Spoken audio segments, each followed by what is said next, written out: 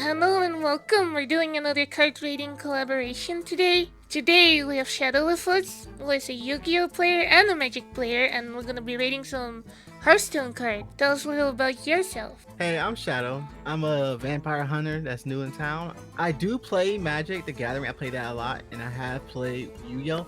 I never played Hearthstone ever, so this will be my first time looking at any of their cards at all. And I do enjoy gaming. I love TCG. Okay, that's nice. So, what do you know about Hearthstone? You said you've never played it. Have you seen about I it? know nothing. Nothing. Okay, so Hearthstone is pretty close to Magic. I'll just explain the rules to you real quick, and then we get started. So we go to card number 1, and card number 1 is Muscle-atron.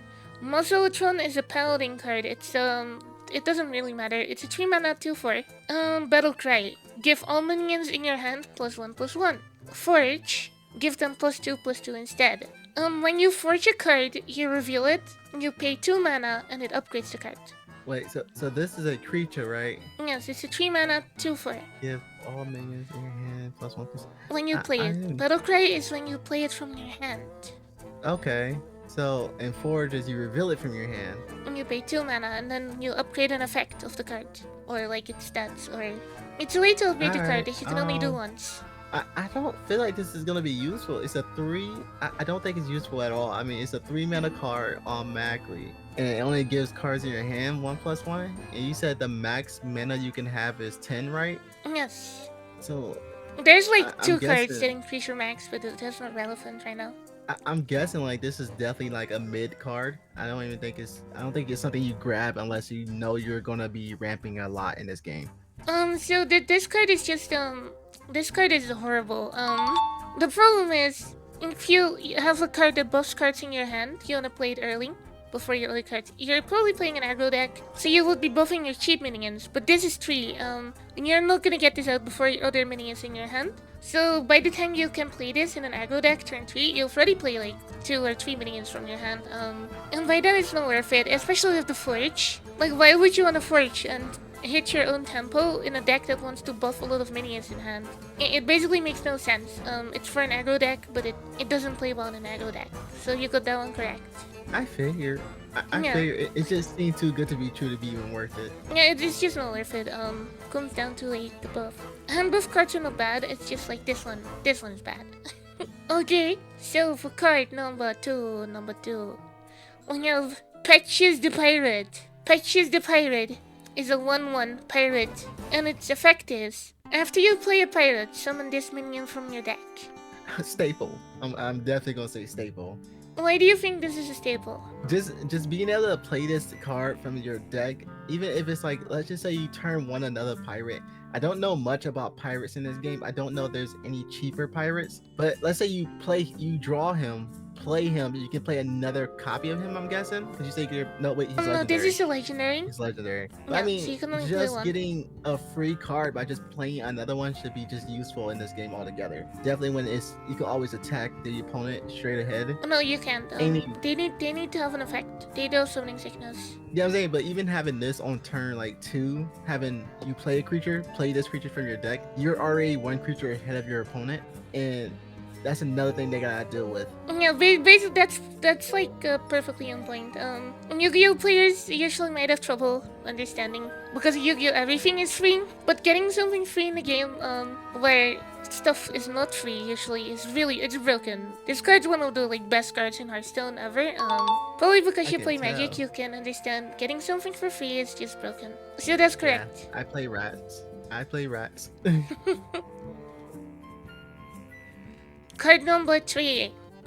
Number 3 is Aquatic Form. Aquatic Form is a 0 mana spell. It's a druid spell. It says Dredge. Dredging in Hearthstone means look at the top, not the top, the bottom 3 cards of your deck. So Dredge, if you have the mana to play the card this turn, draw it. So you look at the bottom 3 of your deck, you pick one. If you have enough mana left to play that card, you draw it. Otherwise, you put it on the top of your deck. I mean, it's a 0 cost. I mean, is there a hand size in this game? The maximum hand size is 10. I don't. I think it's a good card. I'm gonna say it's a good card just because it doesn't cost anything and it allows you to look at the bottom 3 cards of your deck. It probably can help out later. Yeah, It dredging definitely is lets you like rearrange. you look at the bottom 3 cards and you pick one of them, and that one you put on top of your deck. The thing Yeah, I is with think this deck one, rearranging is good. yeah, this one though, if you have the mana to play the card right now, you can draw it. Yeah, definitely good card. I think it's a good card. I mean, 0 energy and you get a chance to draw something you can play, and if you don't, you can at least put it on top of your deck. I mean, Yeah, so this card is a druid card, and it's probably played in every druid deck. Except aggro maybe, but like anything that's not aggro, this card is busted because as you say, it's 0. It's not good if you don't draw a card though. Usually you use it to fish for key cards. There's for example a 5 mana card you wanna get as soon as you can. So on turn 5 you cast this, and if you get the card on the bottom, you can just draw it. And it's basically Pot of Duality. yeah, that's what I was thinking about. I'm like, yeah, this Yeah, card definitely kind seems like of. something you use to ring. It is basically Pot of Duality. Or like Preordained in Magic, but it costs 0. For some reason, this costs 0, and that's what makes it so busted. Like, I don't know why it costs 0. Yeah, this is absolutely a staple. Definitely need that. So we go to card number 4. Invincible. Invincible is a neutral minion, so any class can run it. It's a legendary minion. It's an 8 mana 5/5. It has Reborn. Reborn means if it dies, it immediately revives, but with 1 health afterwards. And then the Reborn version doesn't have Reborn, of course.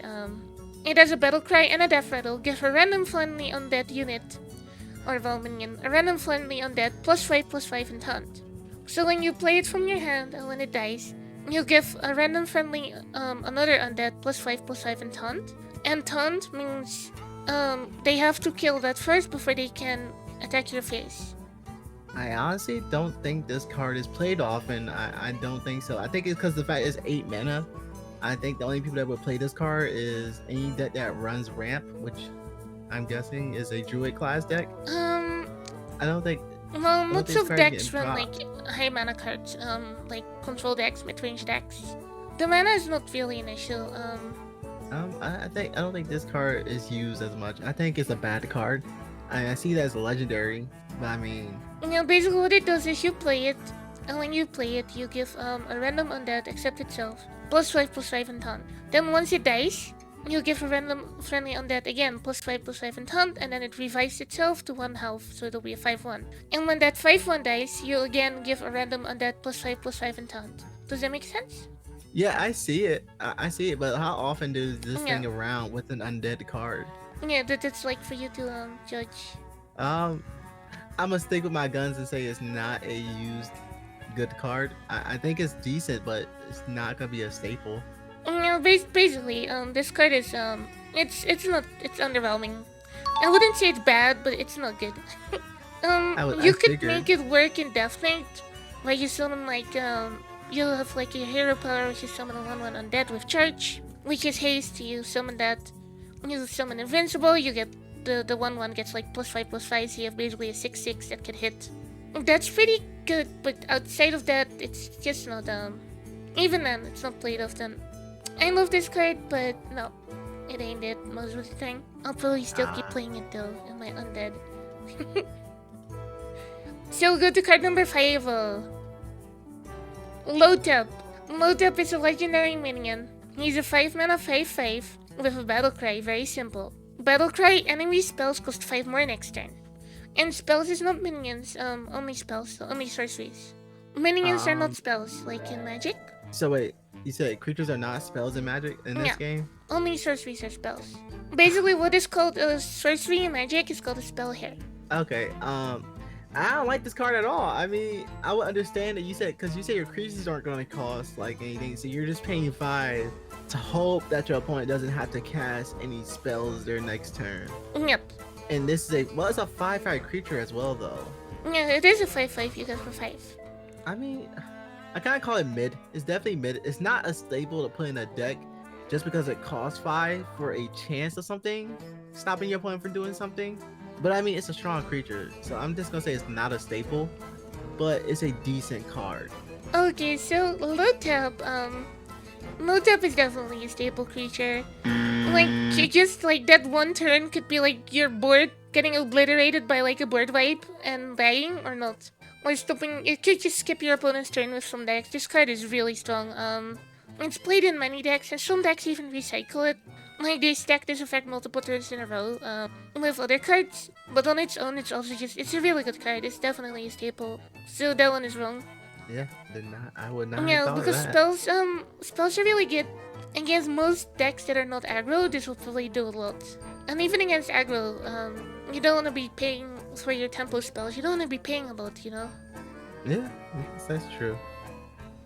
Okay, so we have card number 6. Card number 6 is Brand Bronzebeard. Brand Bronzebeard is a 3 mana 2/4, and he says your battle cry is triggered twice. Staple. Stable. Staple. Panharmonicon. Just staple automatically. Anything that helps you trigger abilities twice. In Magic, we call that a staple. You know, anything that can trigger any ability twice is a staple. We stop opponent's abilities and we trigger twice ours, man. We always gonna use these cards. It's like, oh, it's 3 cost. I don't care. You can battle, and it seems like a lot of these cards have battle cry, which is seems like a theme. And I'm just Yeah, gonna be battle like, cry this is is a little gotta be a different though. staple. Battle cry is a little different from an ATB because an ATB happens when it enters the battlefield, while a battle cry happens when you play it from your hand specifically. So if you resurrect it, battle cries don't happen.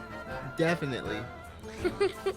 Definitely staple, because like just think about that last card you told me. The last card said it was had battle cry. You make opponent pay 10? That'd be broken. Yeah, I know that would be broken. This is a staple card. This is a staple card no matter what deck you play. Yeah, so that's not true. It is a staple, but not no matter what deck. Your deck does have to have like some kind of combo with it that you can do, because this is not going to live longer than 1 turn. But I would call it a staple just because it works with like decks that want to use it. They abuse it. This card is not used; it's abused. This would be abused in Magic all the way through. Yeah, Magic has this card, Panharmonicon. Yeah, it's called ETBs. Yeah. Card number 7. Dirty Rat.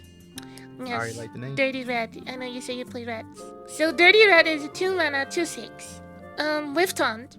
It says battle cry. Your opponent plays a minion from their hand at random. Well, summons. So yeah, that's about it.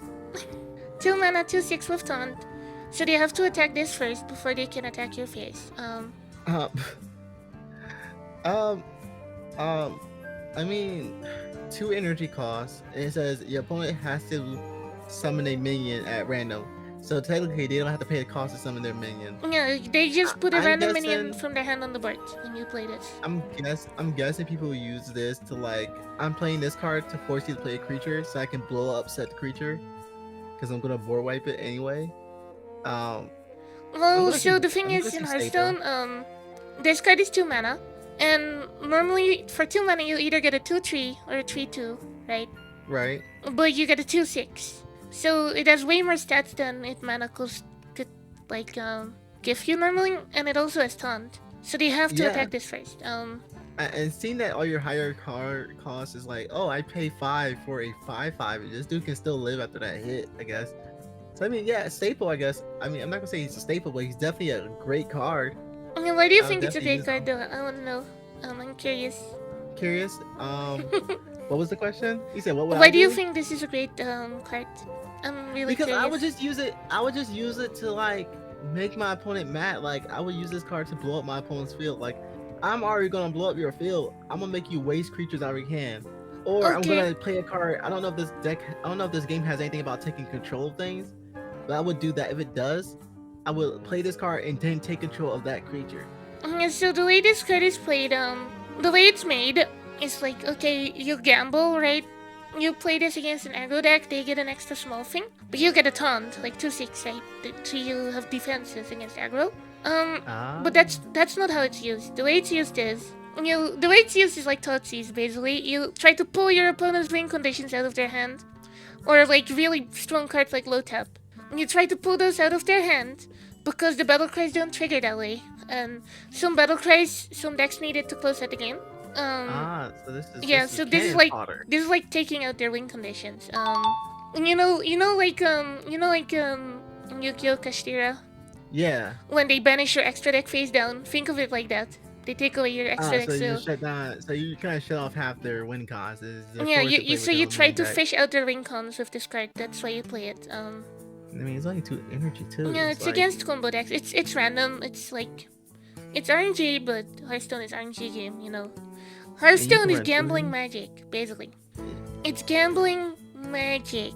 Yeah, it seems like it. It seems like a lot of this is gambling. It's like, oh, Magic. you know, Hmm? this game seems like it very much is a gamble. It's like I'm gonna play this card. Hopefully, you don't gotta cast a spell next turn. Yeah. That's just how this game is. So we go to card number 8. Card number 8 is Lord Tamar Terron. It's a 7 mana 7/7. It can be played in any deck. It's a legendary. And Battle Cry. Double the stats of all minions in your deck. I don't. I don't know about this card. It's like, I want to say it's a great card just because you can double the stats of all cards in your deck, all the minions in your deck.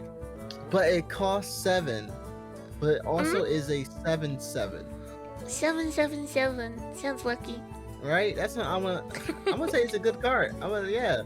We're gonna pull the lever at the casino, you know, double or triple 7s. So this card, it's also playing in standard. I'm a wild player though, so internal format. It also only so played really in like one deck because they didn't have anything better, like Blood Death Knight. This card is win more. It's win more for sure. It's just like for 7 mana, you play something and it doesn't do anything that turn. Like there's no immediate impact. All you get is double stats in your deck. It doesn't even buff your hand. It would be way better if it buffed your hand, but it only buffs the minions inside of your deck. So even if you have minions in hand, those are not buffed, and you have to hope you have the time to draw the minions in your deck and then play them, and it's just too slow to win more. So this is not a staple. Yeah.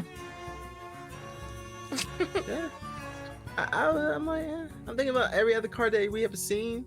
I would think like giving this thing taunt would definitely make it more unnecessary. You will notice a lot of cards in this game. If it had taunt, it would be way better. A lot of greedy cards in this game. Because then they wouldn't be greedy anymore because they would at least like hold the line for the time you need. Yeah, they would. Card number 9, Gear Shift. So Gear Shift is a rogue spell. It's 1 mana. Shuffle the left 2 most cards in your hand into your deck. Draw 3 cards. Stable? I mean, it's only a 1 energy card unless you shuffle 2 cards from your left. Like, do you get to reorganize your hand anytime you want to, or is your hand just set the way it is? There are different mechanics like this that interact with the organization of your hand, so you don't get to reorganize them. Like the Demon Hunter class, for example, they have I feel like you would like the Demon Hunter class, but they have like cards that say if they're in your leftmost or rightmost position of your hand when you play them, they get a bonus effect. So you can't reorganize. I guess this card seems decent. I mean, it's just brainstorm. That's what exactly what it is. You don't get to pick what goes back though. Your hand to draw cards. You shuffle 2 to draw 3. So technically, you get a bonus of 1. I guess this would be a staple. I mean, turn 1. You break even though because you still use this card. You break even. You can use this card. I mean, it's better than having a trash hand, and it's only 1 energy. I say staple. Okay, so this card is broken. This card is busted. What you're saying is true. You can unbreak your hand, but the worst part is right. If you have less than like 2 cards left, you only shuffle 1 back. Let's say you have 1 card left, you only shuffle 1 back. Draw 3. If you have 0 cards left, if this is the only card in your hand, you just draw 3 cards. So wait, so this overrides not having cards in hand effect? Okay. Yeah, it's not a cost. It's an effect. Okay. There's no cost. I mean... It's not like YuGiOh where you have to pay the cost. For example, if Pot of Desires was a card in Hearthstone, and you could use it when you didn't have 10 or less in deck, it would just banish the remaining ones. There's no cost in Hearthstone. I didn't think about it. Yeah. Yeah, I didn't think about that. You know, this card would definitely be broken. It'd definitely be a saver. Yeah. This card is sure this busted. plays a lot in rush decks, huh? This plays a lot in rush decks. This plays a lot in rush decks, combo decks, I mean decks that wants to play a lot of cards from your hand. Empty your hand quick and refill. It sounds busted. Yeah. and you can have multiple copies. Yes. Okay, so then we have card number 10, the last one. Card number 10 is Prince Renafall. Prince Renafall is a 3-mana 3/4, and he says, your deck size is 40, your starting health is 35. Is this effect gonna be like? Does this effect take place before the game starts, or does this have to be played for this effect to happen? It takes place before the game starts. So when you put Prince Renafall in your deck, instead of 30 cards, you have to put 40 cards in your deck when you build it. So you put one legendary. You put 10 more cards in your deck, making it more inconsistent. But in return, you get 5 extra starting health, maximum health. I don't think it can make your deck inconsistent. I mean, I guess rushers will want more little bodies they can throw out, or rampers can now use their cannon fire. I mean, I think it's a good card. For an aggro deck, for example, for an aggro deck, you want your best cards. You know, you always want your best cards in there. Like, you want to draw your best openers, of course, for an aggro deck. I remember back in the day in YuGiOh, people would play Upstart Goblin to make their deck 37 cards. Yeah. And now, these days, people go, like, 45 cards because, like, the ratio between hand traps and starters is fine then. Because there's so many broken starters that it doesn't matter. But back in the day, people would up... So, it does make your deck more inconsistent. Because you have to put, like, 10 cards in your deck that aren't the best cards you can play. I think, you know... But you do get 5 extra health. I think this card is getting played, but it's not a staple. I think it's getting played like on a rare occasion. It's not being staple though. It's kind of the other way around. Kind of. Yeah, I know what Gandalf does. I'll give you half a point. For this one, you get half a point because it would be a staple because it's being played a lot. People like having a big deck. It's a good card, it's just not broken. But by definition, it is a staple, so you get half a point. It used to be your starting deck size is 40 and your starting health is 40. They eroded it so it's 35? Yeah, because everyone was using it, and it made control decks way stronger. Mainly what this does is, right now, the 5 health can matter against, like, aggro. But what it mainly helps with is, like, in a control mirror, you just have way more resources before you run out of deck. I really didn't think much about that. I was thinking about rushers. I'm like, can this help you with rushing? But no, rush decks would never run this. Only control decks run this. Yeah, that's what I was thinking about. I'm like, can a rush deck get through that 5 health? I thought it didn't really matter because it was only 5. Yeah, like 5 is the difference between lethal and like one. It can be the difference between 1 extra turn, and 1 extra turn can be the difference between like a board wipe. Yeah, right. I guess I did not know that much about this game. It seems like this game is very much tribal. We're gonna play a bunch of battle cry cards, or we're gonna play a bunch of rushers. Well, it's like Magic, but like more simple. You have rush decks, yeah, you have control decks, you have ramp decks, you have aggro decks, you have value decks, you have mid-range decks. It is much like Magic, just no instance. Like, your turn is generally your turn unless you're playing against a secret deck. And secret decks are like bad trap cards, basically. Secrets are basically you'll have to. It's like a trap card, but you set it face down, but you pay for it, and it just appears above your portrait. And secrets will trigger. Secrets will trigger when they can. So let's say you have a secret that says it's like bottomless trap hole, but you have to use it on the next thing they play. You don't get to pick. They just trigger when they can automatically. So it's foretell. That's exactly what it is. It's foretell. Not really. You put this card face down, and then you pay the cost, and this card activates, and you can do it at instant speed. Yeah, but like you don't get to pick when it activates. When it automatically activates when it can activate. So it's a conditional effect. Yeah, like you have to use it. Like let's say you have Torrential Tribute from YuGiOh. Okay. You set it face down, and you can activate it to destroy all monsters when one is summoned, right? But instead of picking when you can activate it, you have to flip it up when the next monster is summoned. Like so you have to. Like a little, they can summon like a summon skull and just say fuck it. Yeah, secrets you have to use as soon as you can. The game just uses them. You don't even get to pick. Let's say you have counter spell. You literally have counter spell. It counters a non-creature spell. Then the counter spell will counter the next non-creature spell they play. You don't get to pick which one. It's just the next one they play. So they cast at 0 cost. It's like yeah, you can, and your counter spell triggers because they use a spell, and you counter their 0 cost spell. It's not that bad, I guess. It's definitely not that bad of a game.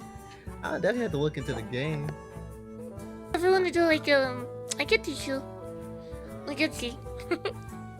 I would definitely need a teacher because I need a teacher to teach me magic, and I'm like, this Wow. game seems like you gotta be very patient with the whole having 2 energy. Only can have 10 energy at max. I'm not sure Druid. Druids can have more if they want. we have a guy called Guff, you know. Oh wow. Um, yeah, but thank you for being here. And you kind of already said what you think of Hearthstone. Is there anything else you want to say before you end it? No, I appreciate being here. Thank you for having me. It's interesting to get to know a new card game and how broken their cards can get. Yeah, so thank you for watching, everyone, and we'll see you next time. Bye bye.